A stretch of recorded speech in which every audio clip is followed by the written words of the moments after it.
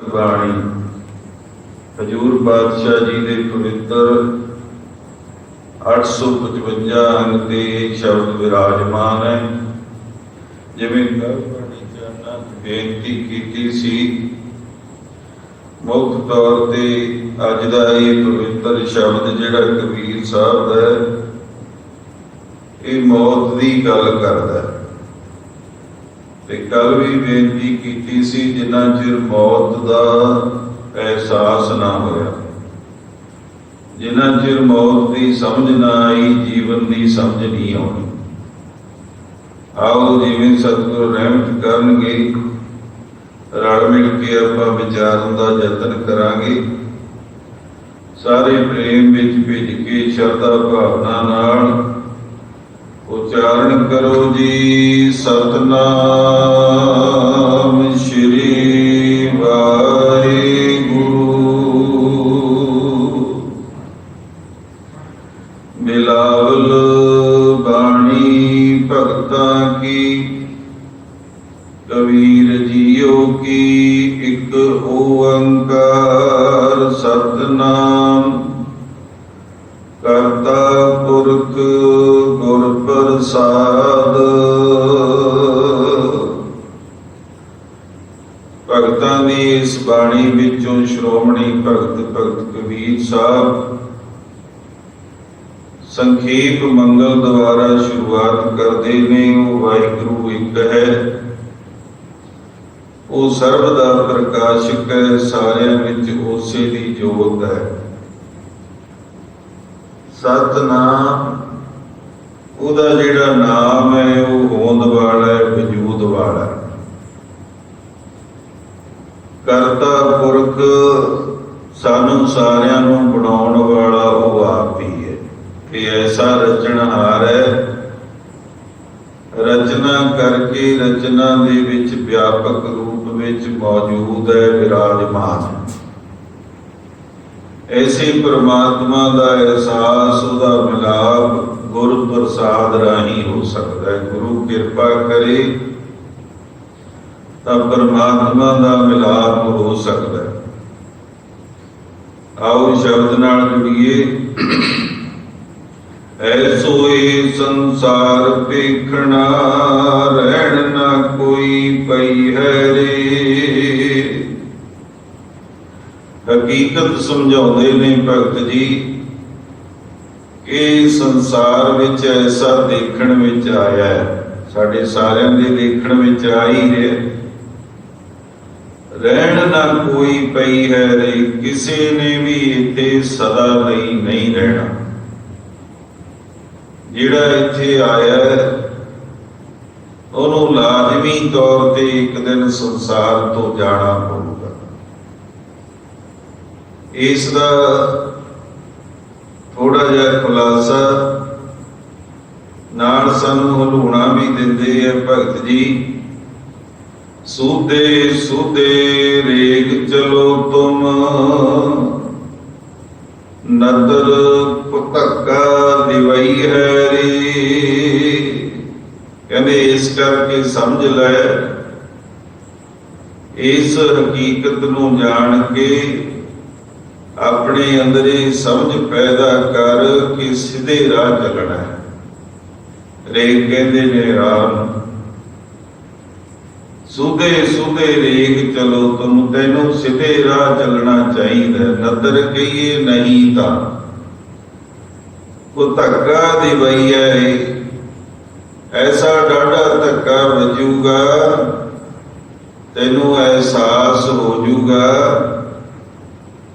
ਕਿ ਪਰਮਾਤਮਾ ਨੂੰ ਭੁੱਲ ਕੇ, ਮੌਤ ਨੂੰ ਭੁੱਲ ਕੇ, ਰਸਤਾ ਭਟਕ ਕੇ ਕੁਰਾਹੀ ਪੈਣ ਦੀ ਬਹੁਤ ਜ਼ਿਆਦਾ ਸੰਭਾਵਨਾ ਹੈ। ਇਸ ਕਰਕੇ ਧਿਆਨ ਰੱਖ। ਰਹਾਓਗੇ ਕੇਂਦਰੀ ਪੰਕਤੀਆਂ ਨੇ, ਇਹਨਾਂ ਦੇ ਦੁਆਲੇ ਦੂਜੇ ਪ੍ਰਮਾਣ ਹੁੰਦੇ ਨੇ ਬਾਣੀ 'ਚ। ਕੁਝ ਖੁਲਾਸਾ ਮੌਤ ਬਾਰੇ ਤਾਂ ਕਿ ਗੱਲ ਸਮਝ ਵਿੱਚ ਆ ਜਾਵੇ। ਪਾਤਸ਼ਾਹ ਕਹਿੰਦੇ ਨੇ ਮਰਨਾ ਤੇ ਜਗਤ ਡਰੈ, ਜੀਵਿਆ ਲੋੜੈ ਸਭ ਕੋਈ। ਸਾਰਾ ਸੰਸਾਰ ਹੀ ਮਰਨ ਤੋਂ ਡਰਦਾ ਹੈ। ਤੇ ਹਰ ਕੋਈ ਜਿਉਣਾ ਚਾਹੁੰਦਾ ਹੈ। ਇਹਦੇ 'ਚ ਤਾਂ ਕੋਈ ਲੰਮੀ ਚੌੜੀ ਵਿਗਿਆਨ ਨਹੀਂ ਹੈ। ਹਰੇਕ ਬੰਦੇ ਦੀ ਮਨਸ਼ ਹੈ। ਮੌਤ ਤੋਂ ਹਰੇਕ ਡਰਦਾ ਵੀ ਹੈ ਤੇ ਹਰ ਕੋਈ ਜਿਉਣਾ ਵੀ ਚਾਹੁੰਦਾ ਹੈ। ਪਰ ਦਿੱਕਤ ਕੀ ਹੋ ਗਈ ਕਿ ਜੀਵਨ ਦੀ ਚਾਹ ਵਿੱਚ ਨਾ ਵੀ ਹੋਰ ਲੰਮਾ ਸਮਾਂ ਜਿਉਂਦੇ ਰਹੀਏ, ਅਸੀਂ ਆਪਣੇ ਜੀਵਨ ਨੂੰ ਨਸ਼ਟ ਕਰੀ ਜਾ ਰਹੇ ਹਾਂ। ਚਾਹਤ ਜੀਵਨ ਦੀ ਹੈ, ਪਰ ਕੋਈ ਬੰਦਾ ਬੀਤੇ ਹੋਏ ਦੇ ਪਛਤਾਵੇ 'ਚ ਦੁਖੀ ਹੈ ਤੇ ਕੋਈ ਆਉਣ ਵਾਲੇ ਦੀ ਚਿੰਤਾ 'ਚ ਦੁਖੀ। ਵਰਤਮਾਨ ਦਾ ਕਤਲ ਕਰੀ ਜਾਂਦਾ ਹੈ, ਆਪਣਾ ਜੀਵਨ ਖਰਾਬ ਕਰੀ ਬੈਠਾ, ਨਾ ਤਾਂ ਬੀਤਿਆ ਹੋਇਆ ਸਮਾਂ ਵਾਪਸ ਆ ਸਕਦਾ ਤੇ ਨਾ ਆਉਣ ਵਾਲੇ ਦੀ ਅਸੀਂ ਗਰੰਟੀ ਦੇ ਸਕਦੇ ਹਾਂ ਵੀ ਕੈਸਾ ਹੋਊਗਾ। ਜਿਹੜੇ ਜੋਗੀ ਲੋਕ ਸੀ ਉਹਨਾਂ ਨੇ ਯਤਨ ਕੀਤੇ ਕਿ ਯੋਗ ਰਾਹੀਂ, ਪ੍ਰਾਣਾਯਾਮ ਰਾਹੀਂ ਜੀਵਨ ਲੰਮਾ ਹੋ ਜੇ, ਉਮਰ ਵੱਡੀ ਹੋ ਜੇ। ਤਪੀਸ਼ਰਾਂ ਨੇ ਵੀ ਇਹ ਜਦ ਕੀ ਵਾਹਿਗੁਰੂ ਇਹ ਕੋਸ਼ਿਸ਼ ਕੀਤੀ, ਯਤਨ ਕੀਤਾ ਕਿ ਮਰਿਆ ਨਾ ਜਾਵੇ, ਕੋਈ ਐਸਾ ਤਰੀਕਾ ਲੱਭੀਏ ਕਿ ਮੌਤ ਨਾ ਆਵੇ। ਧਨਾੜ ਲੋਕ ਆਪਣੇ ਤੌਰ ਤੇ ਯਤਨ ਕਰਦੇ, ਕੁਸ਼ਤੇ ਬਣਾਉਂਦੇ ਐ, ਦਵਾਈਆਂ ਬਣਾਉਂਦੇ ਐ ਤਰ੍ਹਾਂ ਤਰ੍ਹਾਂ ਦੀਆਂ ਮਹਿੰਗੀਆਂ ਕਿ ਮੌਤ ਨਾ ਹੋਵੇ। ਇਹ ਯਤਨ ਤਾਂ ਸਾਰਿਆਂ ਨੇ ਕੀਤਾ ਕਿ ਜੀਵਨ ਲੰਬਾ ਹੋਵੇ, ਪਰ ਇਹ ਯਤਨ ਕਿਸੇ ਕਿਸੇ ਨੇ ਕੀਤਾ, ਕਿਸੇ ਬਿਰਲੇ ਰੱਬ ਦੇ ਪਿਆਰੇ ਨੇ, ਕਿ ਜੀਵਨ ਸਫਲਾ ਹੋ। ਇਸੇ ਕਰਕੇ ਗੁਰੂ ਨਾਨਕ ਸੱਚੇ ਪਾਤਸ਼ਾਹ ਨੇ ਸਾਡੀ ਯਾਤਰਾ ਹੀ ਇੱਥੋਂ ਸ਼ੁਰੂ ਕਰਾਈ। ਕਹਿੰਦੇ ਪਹਿਲਾ ਮਰਨ ਕਬੂਲ, ਜੀਵਨ ਕੀ ਛੱਡ ਆਸ, ਹੋ ਸਭਨਾ ਕੀ ਰੇਣੁਕਾ, ਤੋ ਆਓ ਹਮਾਰੇ ਪਾਸ। ਪਹਿਲਾਂ ਜੀ ਮੌਤ ਨੂੰ ਕਬੂਲ ਕਰੇਗਾ ਤਾਂ ਹੀ ਜੀਵਨ ਰਾਹ ਦੀ ਸਮਝ ਆਊ। ਸਾਡੀ ਯਾਤਰਾ ਸਤਿਗੁਰਾਂ ਨੇ ਇੱਥੋਂ ਸ਼ੁਰੂ ਕਰਵਾਈ ਤੇ ਜਿੰਨੇ ਵੀ ਤੁਸੀਂ ਮਹਾਂਪੁਰਖ ਜਿਹੜੇ ਪਹੁੰਚੇ ਹੈ ਨਾ, ਉੱਚੇ ਸਿਖਰ ਤੇ ਪਹੁੰਚੇ ਹੈ, ਆਤਮਿਕ ਜੀਵਨ ਨੂੰ ਜਿਹੜੇ ਪ੍ਰਾਪਤ ਹੋਏ ਹੈ, ਉਹਨਾਂ ਚੋਂ ਉਮਰ ਕਿਸੇ ਦੀ ਜ਼ਿਆਦਾ ਨਹੀਂ ਹੈ। ਚਾਹੇ ਹਜ਼ਰਤ ਈਸ਼ਾ ਦੀ ਗੱਲ ਕਰ ਲਓ, ਹਜ਼ਰਤ ਮੁਹੰਮਦ ਸਾਹਿਬ ਦੀ ਗੱਲ ਕਰ ਲਓ, ਗੁਰੂ ਗੋਬਿੰਦ ਸਿੰਘ ਸੱਚੇ ਪਾਤਸ਼ਾਹ ਜੀ ਦੀ ਗੱਲ ਕਰ ਲਓ, ਜਿਨੀਆਂ ਯਾਤਰਾ ਕੀਤੀਆਂ ਗੁਰੂ ਨਾਨਕ ਸੱਚੇ ਪਾਤਸ਼ਾਹ ਜੀ ਨੇ ਵੀ ਜਵਾਨੀ 'ਚ ਹੀ ਕੀਤੀਆਂ। ਹੋਰ ਕਿੰਨੇ ਨਾਂ ਲਏ ਜਾ ਸਕਦੇ ਹੈ। ਸਵਾਮੀ ਵਿਵੇਕਾਨੰਦ ਜੀ ਦਾ ਨਾਮ ਬੜੇ ਅਦਬ ਨਾਲ ਲਿਆ ਜਾਂਦਾ ਸਾਡੇ ਮੁਲਕ 'ਚ। ਇਹ ਸਾਰੇ ਥੋੜੀ ਉਮਰ ਵਾਲੇ ਹੋਏ, ਪਰ ਸਫਲ ਉਮਰ ਵਾਲੇ ਹੋਏ। ਇਸੇ ਕਰਕੇ ਬਾਬੇ ਫਰੀਦ ਨੂੰ ਕਹਿਣਾ ਵੀ ਪਿਆ, ਕਹਿੰਦੇ ਜੇ 100 ਵਰਿਆਂ ਜੀਵਣਾ, ਧੀ ਧਨ ਹੋਸੀ ਖੇ। ਜੇ ਕੋਈ 100 ਵਰੇ ਵੀ ਜਿਉਂਦਾ ਰਵੇ ਤਾਂ ਸਰੀਰ ਨੇ ਤਾਂ ਖਾ ਕੀ ਹੋਣਾ।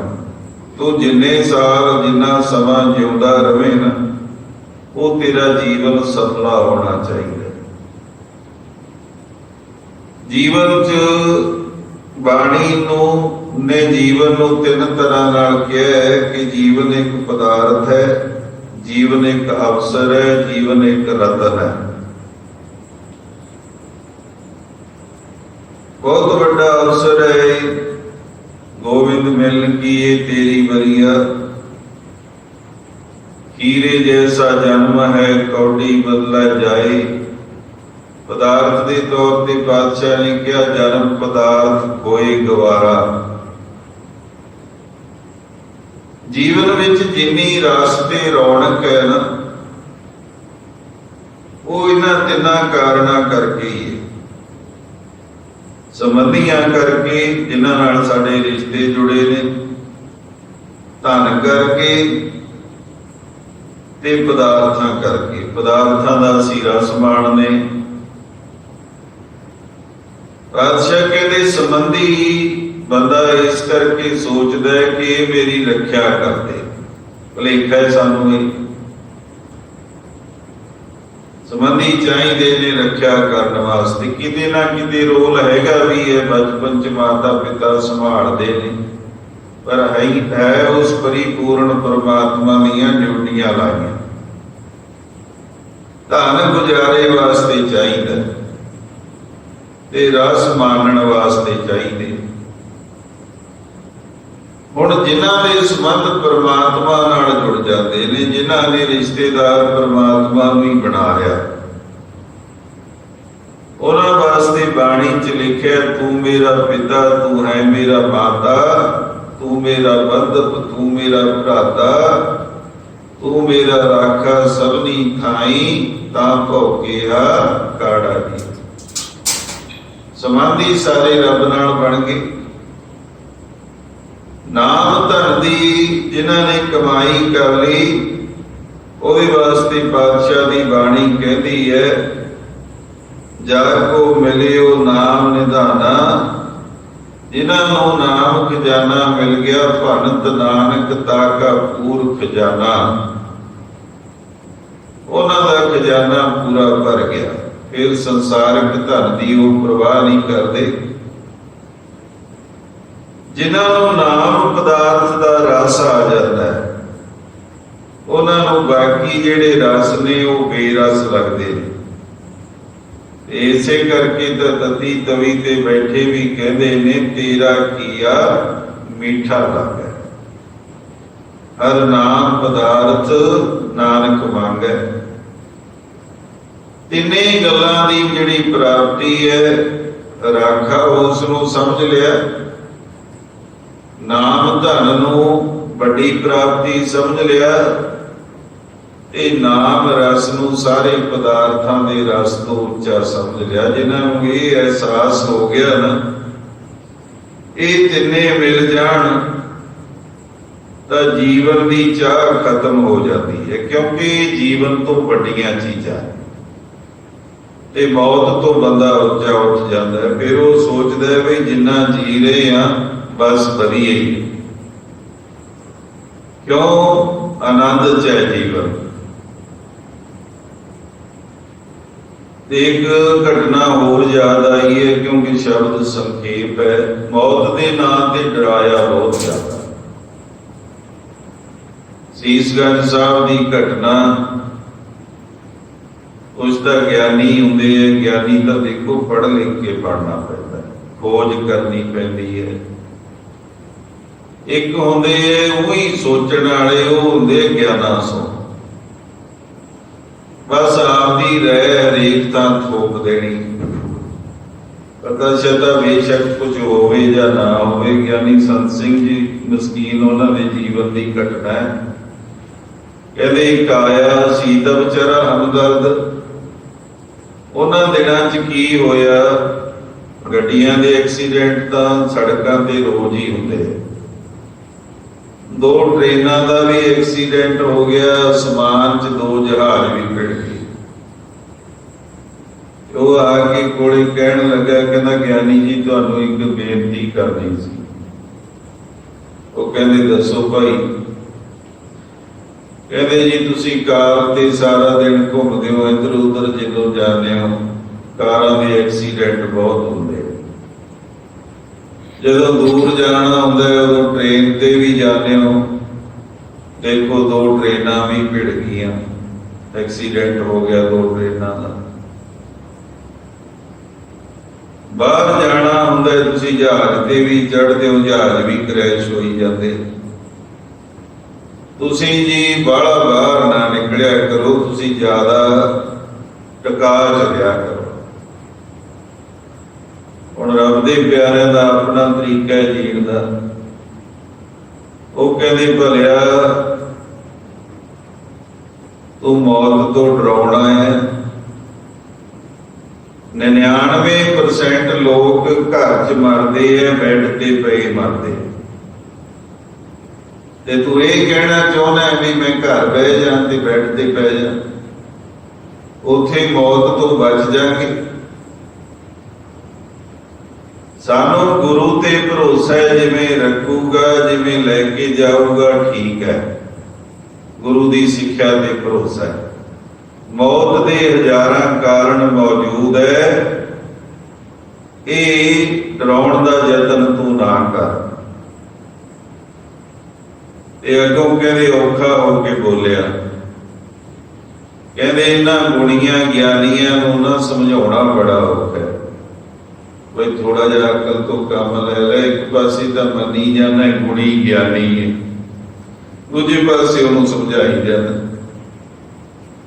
ਮੇਰੇ ਕਹਿਣ ਦਾ ਭਾਵ ਇਹ ਹੈ, ਸਮਝਾ ਕੋਈ ਕਿਸੇ ਨੂੰ ਸਕਦਾ, ਕਿਸੇ ਤੋਂ ਕੋਈ ਸਿੱਖਿਆ ਲਈ ਜਾ ਸਕਦੀ ਹੈ, ਪਰ ਮੌਤ ਦੇ ਨਾਂ ਤੇ ਕਿਸੇ ਨੂੰ ਡਰਾਉਣਾ ਨਹੀਂ ਹੁੰਦਾ।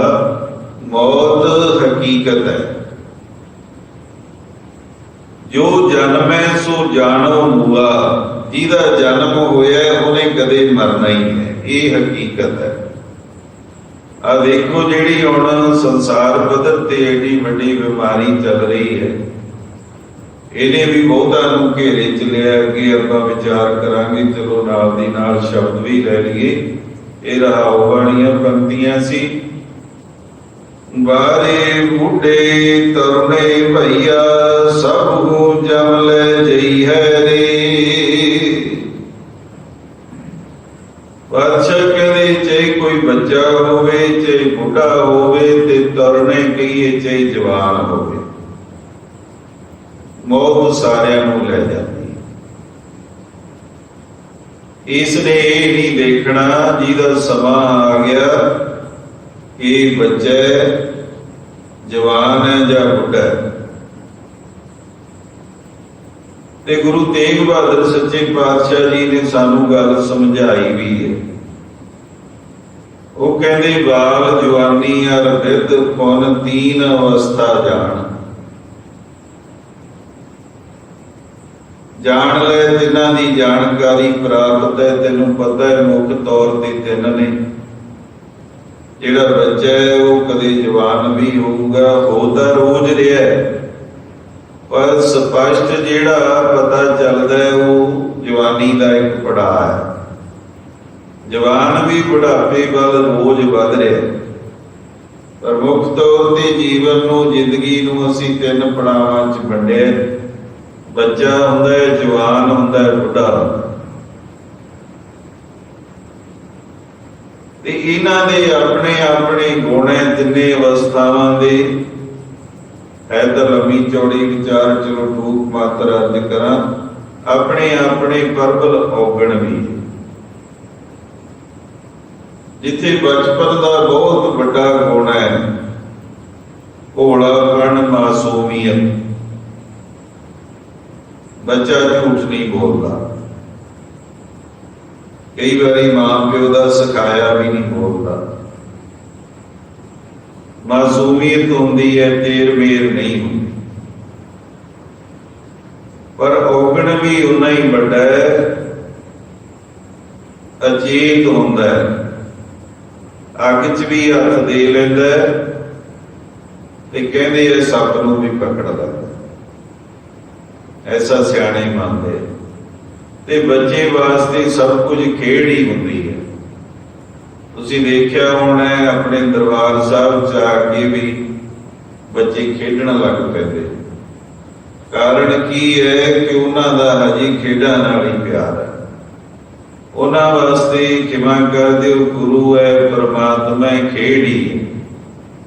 ਮੈਂ ਆਪਣੀਆਂ ਅੱਖਾਂ ਨਾਲ ਬੱਚੇ ਗੁਟਕੇ ਨਾਲ ਵੀ ਖੇਡਦੇ ਦੇਖੇ ਹੈ। ਜਪਜੀ ਸਾਹਿਬ ਦੇ ਗੁਟਕੇ ਨਾਲ ਦਰਬਾਰ ਸਾਹਿਬ ਦੇ ਵਿੱਚ ਉਹ ਜ਼ਿੰਮੇਵਾਰੀ ਤਾਂ ਬਣ ਜਾਂਦੀ ਹੈ ਉਹਨਾਂ ਦੀ, ਜਿਹੜੇ ਨਾਲ ਲੈ ਕੇ ਆਉਂਦੇ ਆ, ਪਰ ਕਈ ਵਾਰੀ ਉਹ ਅਵੇਸਲੇ ਹੋ ਜਾਂਦੇ। ਜੇ ਜਵਾਨੀ ਦੀ ਗੱਲ ਕਰੀਏ ਤਾਂ ਜਵਾਨੀ 'ਚ ਜਿਹੜਾ ਗੁਣ ਹੈ, ਜੋਸ਼ ਬਹੁਤ ਵੱਡਾ ਗੁਣ ਹੈ। ਪਰ ਦੇਖਤ ਹੈ ਜਵਾਨੀ ਬਹੁ ਗਿਣਤੀ ਹੋਸ਼ ਗਵਾ ਪੈਂਦੀ ਹੈ। ਹੋਸ਼ ਕਿਵੇਂ ਗਵਾਉਂਦੀ ਹੈ? ਇਹ ਔਗਣ ਹੈ,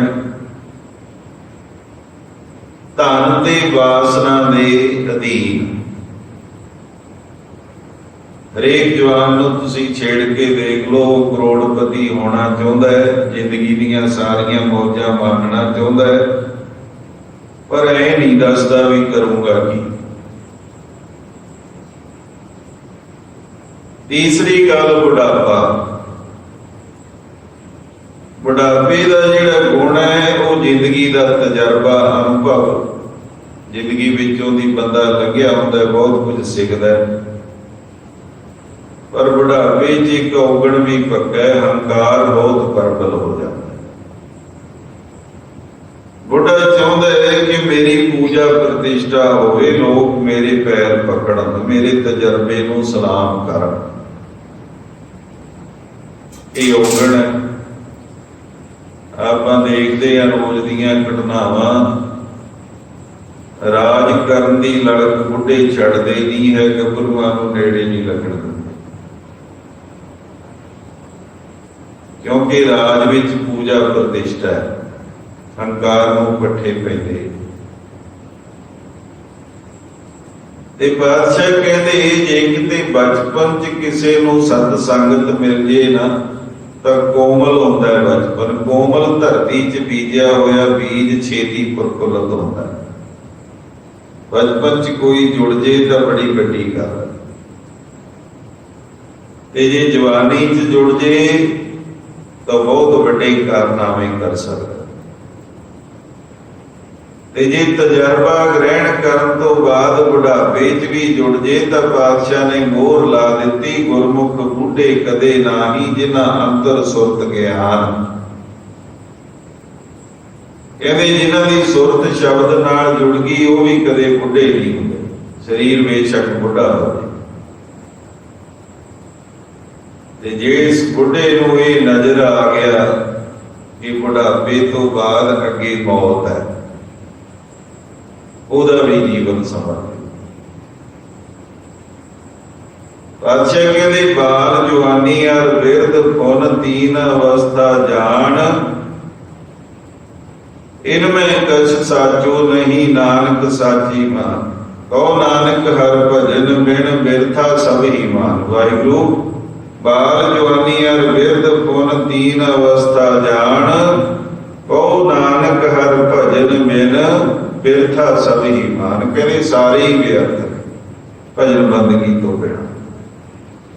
ਇਸ ਕਰਕੇ ਕਹਿੰਦੇ ਨੇ ਭਗਤ ਜੀ ਬਾਰੇ ਬੁੱਢੇ ਤਰੁਣੇ ਭਈਆ, ਸਭ ਨੂੰ ਜਮ ਲੈ ਜਾਈਏ ਰੇ।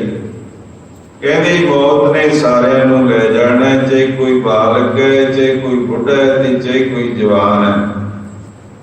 ਤੇ ਉਦਾਹਰਣ ਦਿੱਤਾ ਮਾਨਸ ਬਪੁਰਾ ਮੂਸਾ ਕੀਨੋ, ਮੀਚ ਬਲਈਆ ਖਈ ਹੈ ਰੇ। ਕਹਿੰਦੇ ਮਾਨਸ ਮਨੁੱਖ ਦਾ ਵਿਚਾਰਾ ਚੂਹੇ ਵਰਗਾ ਮੌਤ ਦੇ ਸਾਹਮਣੇ, ਤੇ ਮੌਤ ਰੂਪੀ ਬਿੱਲੇ ਨੇ ਇਹਨੂੰ ਖਾ ਜਾਣਾ।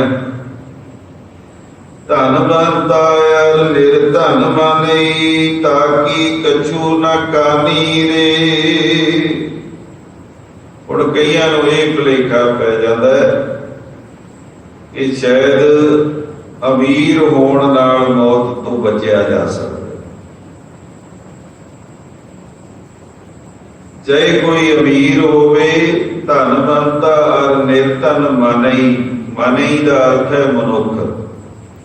ਚਾਹੇ ਕੋਈ ਮਨੁੱਖ ਧਨਾੜ ਹੋਵੇ, ਧਨਵੰਤ ਹੋਵੇ, ਤੇ ਚਾਹੇ ਕੋਈ ਕੰਗਾਲ ਹੋਵੇ, ਗਰੀਬ ਹੋਵੇ, ਮੌਤ ਨੂੰ ਕਿਸੇ ਦੀ ਕਾਣ ਨਹੀਂ ਹੈ, ਕਿਸੇ ਦੀ ਗੁਲਾਮ, ਕਿਸੇ ਦੀ ਮੁਹਤਾਜ ਨਹੀਂ ਹੈ। ਮੌਤ ਆਪਣੀ ਮਰਜ਼ੀ ਨਾਲ ਹੁੰਦੀ। ਤੇ ਅੱਗੇ ਭਗਤ ਜੀ ਕਹਿੰਦੇ ਰਾਜਾ ਪਰਜਾ ਸਮਕਰ ਮਾਰੇ, ਸੋ ਕਾਲ ਬਡਾਨੀ ਰੇ। ਮੌਤ ਦਾ ਅਸਰ ਰਾਜੇ ਤੇ ਵੀ ਹੋਣਾ ਤੇ ਪਰਜਾ ਤੇ ਵੀ ਹੋਣਾ। ਇਹ ਮੌਤ ਐਸੀ ਬਲੀ ਹੈ, ਐਸੀ ਤਾਕਤਵਰ ਹੈ। ਥੋੜਾ ਅੰਦਰ ਤੱਕ ਸਾਡੇ ਗੱਲ ਪਹੁੰਚੇ, ਮੇਰੇ ਨਾਲ ਬੋਲਿਓ। ਇਹ ਪੰਕਤੀ ਆਪਾਂ ਥੋੜਾ ਗੁਣਗੁਣਾ ਕੇ ਦੇਖਦੇ ਹਾਂ। ਰਾਜਾ ਪਰਜਾ ਸਮ ਕਰਮਾ ਰਹਿ, ਸੋ ਕਾਲ ਬਡਾਨੀ ਰੇ। ਰਾਜਾ ਪਰਜਾ ਸਮ ਕਰ ਮਾਰੈ, ਸੁਕਾਲ ਵਡਾਨੀ ਰੇ।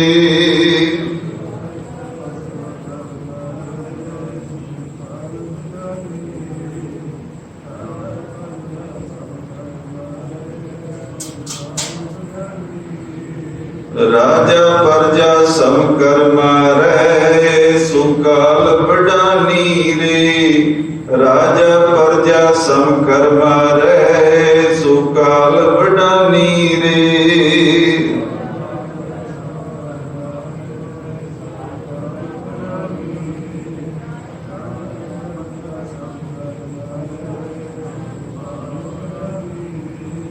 ਰਾਜਾ ਪਰਜਾ ਸਮ ਕਰ ਮਾਰੈ, ਸੁਕਾਲ ਵਡਾਨੀ ਰੇ।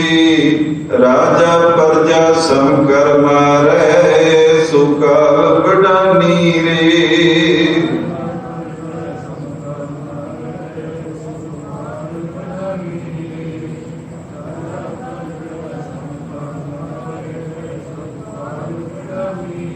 ਕਹਿੰਦੇ ਐਸੀ ਬਲੀ ਹੈ ਮੌਤ, ਬਾਦਸ਼ਾਹ ਕਹਿੰਦੇ ਚਾਹੇ ਰਾਜਾ ਹੋਵੇ ਚਾਹੇ ਪ੍ਰਜਾ ਹੋਵੇ, ਦੋਨਾਂ ਵਾਸਤੇ ਸਮਦ੍ਰਿਸ਼ਟ ਹੈ। ਤੇ ਇਸ ਕਰਕੇ ਦੇਖਿਆ ਜਾ ਸਕਦਾ ਆ ਜਿਹੜੀ ਹੁਣ ਮਹਾਮਾਰੀ ਫੈਲੀ ਹੈ, ਇਹਦੇ ਚ ਸਪੇਨ ਦੀ ਰਾਜਕੁਮਾਰੀ ਦੀ ਵੀ ਮੌਤ ਹੋਈ ਹੈ।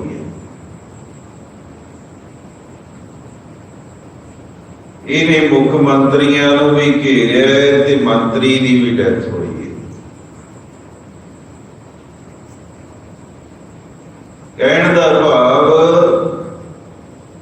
ਮੌਤ ਦੇ ਸਾਹਮਣੇ ਸਾਰੇ ਬਰਾਬਰ ਨੇ।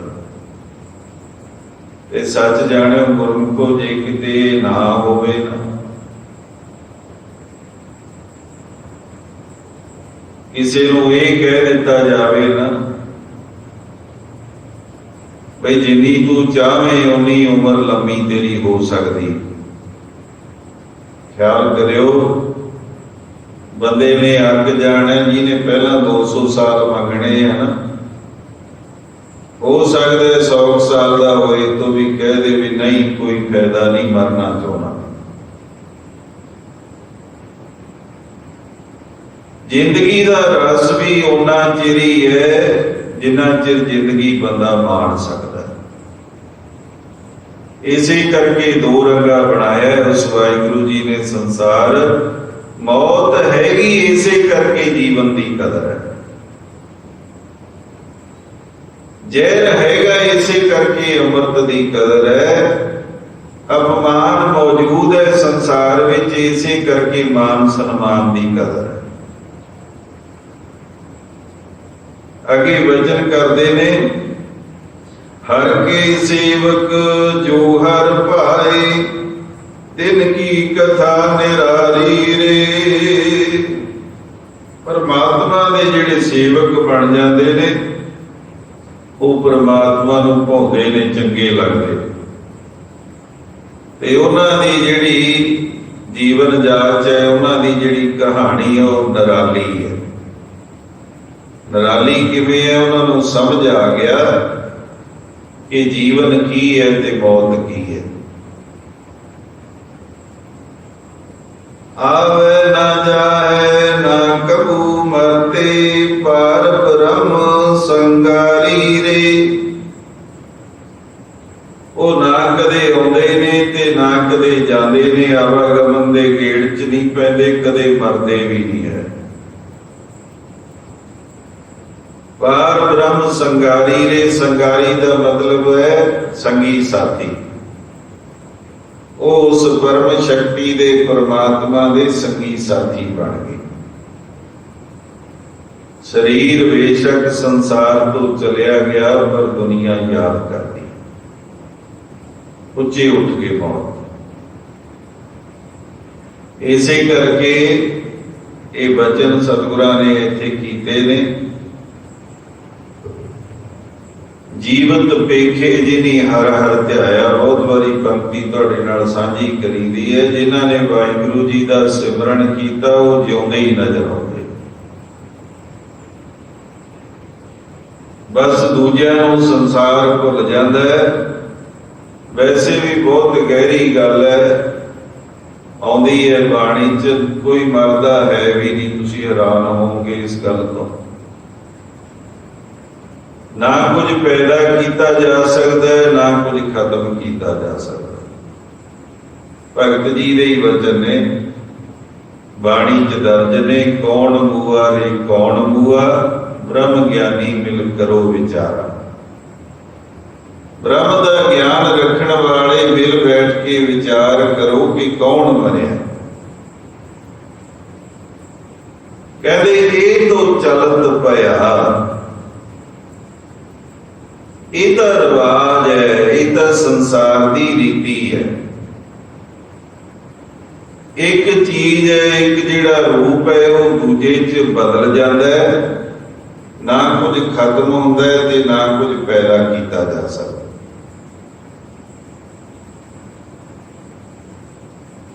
ਚਲੋ ਟੂਕ ਮਾਤਰ 1 ਮਿੰਟ ਤੁਹਾਡਾ ਹੋਰ ਲੈ ਲਾਂ। ਇਹ ਗੱਲ ਸਮਝ ਆ ਜੇ ਤਾਂ ਕਿਵੇਂ ਇੱਕ ਰੂਪ ਤੋਂ ਦੂਜੇ 'ਚ ਬਦਲਿਆ ਜਾ ਸਕਦਾ ਹੈ। ਤੁਹਾਡੇ 'ਚ ਪੜ੍ਹੇ ਲਿਖੇ ਸੱਜਣ ਬੈਠੇ ਨੇ, ਤੁਸੀਂ ਹੈਰਾਨ ਹੋਵੋਗੇ ਸੁਣ ਕੇ ਵੀ ਕਾਰਬਨ ਦੇ ਬੜੇ ਰੂਪ ਨੇ। ਜਿਹੜਾ ਅਸੀਂ ਕੋਲਾ ਘਰਾਂ 'ਚ ਮਚਾਉਂਦੇ ਆ ਉਹ ਵੀ ਕਾਰਬਨ ਹੈ, ਤੇ ਜਿਹੜੀਆਂ ਬੀਬੀਆਂ ਭੈਣਾਂ ਹੀਰੇ ਦੇ ਗਹਿਣੇ ਪਾਉਂਦੀਆਂ ਉਹ ਵੀ ਕਾਰਬਨ ਹੈ। ਬਸ ਉਹ ਕਾਰਬਨ ਦਾ ਸ਼ੁੱਧ ਰੂਪ ਹੈ। ਇਸ ਕਰਕੇ ਜਿੰਨਾ ਹੀ ਵੀ ਪਦਾਇਸ਼ ਹੈ ਨਾ ਸੰਸਾਰ 'ਚ, ਬਸ ਉਹ ਆਪਦਾ ਰੂਪ ਹੀ ਬਦਲਦੀ ਹੈ, ਖਤਮ ਨਹੀਂ ਹੁੰਦੀ। 5 ਤੱਤਾਂ ਦਾ ਸਰੀਰ ਬਣਿਆ ਸੀ ਤੇ 5 ਤੱਤਾਂ 'ਚ ਹੀ ਰਲ ਗਿਆ। ਮਿੱਟੀ ਮਿੱਟੀ 'ਚ ਰਲ ਗਈ, ਪਾਣੀ ਉੱਡ ਗਿਆ, ਹਵਾ ਹਵਾ 'ਚ ਰਲ ਗਈ। ਪਵਨ ਮੈਂ ਪਵਨ ਸਮਾਇਆ, ਜੋਤੀ ਮੈਂ ਜੋਤ ਰਲ ਜਾਇਆ, ਮਾਟੀ ਮਾਟੀ ਹੋਈ ਏਕ। ਬਸ ਜਿੱਥੋਂ ਬਣਦਾ ਹੈ ਉੱਥੇ ਹੀ ਚਲਿਆ ਜਾਂਦਾ ਹੈ, ਰੂਪ ਬਦਲ ਲੈਂਦਾ। ਜ਼ਿਆਦਾ ਸਮਾਂ ਇਜਾਜ਼ਤ ਨਹੀਂ ਦਿੰਦਾ। ਅਖੀਰ ਵਾਲੀਆਂ ਪੰਕਤੀਆਂ 'ਚ ਬਹੁਤ ਦਾ ਸਾਨੂੰ ਸਮਝਾਤਾ ਭਗਤ ਜੀ ਨੇ। ਹੁਣ ਸਾਨੂੰ ਉਪਦੇਸ਼ ਦਿੰਦੇ ਆ ਤਾਂ ਕਰਨਾ ਕੀ ਹੈ। ਪੁੱਤਰ ਕਲਤਰ ਲక్ష్ਮੀ ਮਾਇਆ, ਈ ਤਜੋ ਜੀ ਜਾਨੀ ਰੇ। ਜੀ ਕਹੀਏ ਜ਼ਿੰਦਗੀ, ਜਿੰਦ, ਜਾਨੀ ਕਹੀਏ ਪਿਆਰੀ। हे ਮੇਰੀਏ ਪਿਆਰੀਏ ਜਿੰਦੇ, ਪੁੱਤਰ ਧੀ, ਕਲਤਰ ਕਹੀਏ ਘਰ ਵਾਲੀ ਇਸਤਰੀ। ਰਿਸ਼ਤੇ ਪੂਰਕ ਹੁੰਦੇ ਨੇ, ਘਰ ਵਾਲੀ ਇਸਤਰੀ ਵਾਸਤੇ ਘਰ ਵਾਲਾ। ਲక్ష్ਮੀ ਕਹੀਏ ਧਨ ਦੌਲਤ। ਮਾਇਆ ਕਹੀਏ ਸਾਰੇ ਮਾਇਆ ਦਾ ਹੀ ਰੂਪ ਹੈ। ਇਹ ਤਜੋ, ਇੱਥੇ ਭਾਵ ਇਹ ਲੈਣਾ ਹੈ, ਇਹਨਾਂ ਨੂੰ ਨਹੀਂ ਛੱਡਣਾ। ਇਹਨਾਂ ਨੂੰ ਛੱਡ ਕੇ ਤਾਂ ਗੁਜ਼ਾਰਾ ਨਹੀਂ ਹੋਣਾ। ਇਹਨਾਂ ਦਾ ਮੋਹ ਛੱਡਣਾ ਹੈ, ਤੇਰ ਮੇਰ ਛੱਡਣੀ ਹੈ। ਬਸ ਇਹ ਸਮਝਣਾ ਹੈ ਕਿ ਇਹਨਾਂ ਨਾਲ ਜਿਹੜਾ ਸਾਡਾ ਸੰਬੰਧ ਹੈ ਉਹ ਸੰਯੋਗੀ ਹੈ ਤੇ ਵਿਵਹਾਰਕ ਹੈ, ਔਰ ਉਹਨੂੰ ਚੰਗੇ ਢੰਗ ਨਾਲ ਨਿਭਾਉਣਾ। ਇਹ ਰਿਸ਼ਤੇ ਨਾਤਿਆਂ ਦੇ ਚੱਕਰ 'ਚ ਪੈ ਕੇ ਪਰਮਾਤਮਾ ਨੂੰ ਨਹੀਂ ਭੁੱਲਣਾ। ਜੇ ਇਹਨਾਂ ਦੇ ਮੋਹ 'ਚ ਪੈ ਗਿਆ ਤਾਂ ਪਰਮਾਤਮਾ ਨੂੰ ਭੁੱਲ ਜਾਏਗਾ। ਇਸ ਕਰਕੇ ਭਗਤ ਜੀ ਕਹਿੰਦੇ ਆ, ਧੀਆਂ ਪੁੱਤਰ, ਘਰ ਵਾਲਾ ਘਰ ਵਾਲੀ ਇਸਤਰੀ, ਧਨ ਦੌਲਤ ਮਾਇਆ ਦੇ ਪ੍ਰਭਾਵ ਦੇ ਅਧੀਨ ਹੈ। ਇਹਨਾਂ ਦਾ ਮੋਹ ਤੈਨੂੰ ਛੱਡਣਾ ਪਊ, ਤੇਰ ਮੇਰ ਤੈਨੂੰ ਛੱਡਣੀ ਪਊ। ਇਹ ਤਜੋ ਜੀ ਜਾਨੀ ਰੇ, ਇਹ ਮੇਰੀਏ ਪਿਆਰੀਏ ਜਿੰਦੇ, ਇਹਨਾਂ ਦਾ ਮੋਹ ਛੱਡ ਦੇ। ਕਹਿਤ ਕਬੀਰ ਸੁਣੋ ਰੇ ਸੰਤੋ। ਫਿਰ ਭਗਤ ਜੀ ਤੁਹਾਨੂੰ ਸੰਤ ਕਹਿੰਦੇ, ਕਹਿੰਦੇ ਇਹ ਸੰਤ ਜਨੋ ਸੁਣਨਾ ਕਰੋ। ਮੈਂ ਦਾਸ ਕਬੀਰ ਪੁਕਾਰ ਕਰਦਾ, ਮਿਲ ਹੈ ਸਾਰੰਗ ਪਾਣੀ ਦੇ। ਜੇ ਤੁਸੀਂ ਇਹਨਾਂ ਦਾ ਮੋਹ ਛੱਡਣ ਵਿੱਚ ਸਫਲ ਹੋਗੇ, ਫਿਰ ਤੁਹਾਡਾ ਮਿਲਾਪ ਪਰਮਾਤਮਾ ਨਾਲ ਹੋ। ਸਾਰੰਗ ਪਾਣੀ ਦਾ ਪਰਮਾਤਮਾ ਹੈ। ਇਹ ਤੁਹਾਡਾ ਜਿਹੜਾ ਮਿਲਾਪ ਹੈ ਉਹ ਉਸ ਪਰਮ ਸ਼ਕਤੀ ਨਾਲ ਹੋ ਜਾਊਗਾ, ਤੁਹਾਨੂੰ ਲੀਨਤਾ ਨਸੀਬ ਹੋ ਜਾਊਗੀ। ਐਨੀਆਂ ਬੇਨਤੀਆਂ ਪ੍ਰਵਾਨ ਕਰਨੀਆਂ। ਪੁਰ ਚੁੱਕ ਦੀ ਖਿਮਾ ਜੀ। ਵਾਹਿਗੁਰੂ ਜੀ ਕਾ ਖਾਲਸਾ, ਵਾਹਿਗੁਰੂ ਜੀ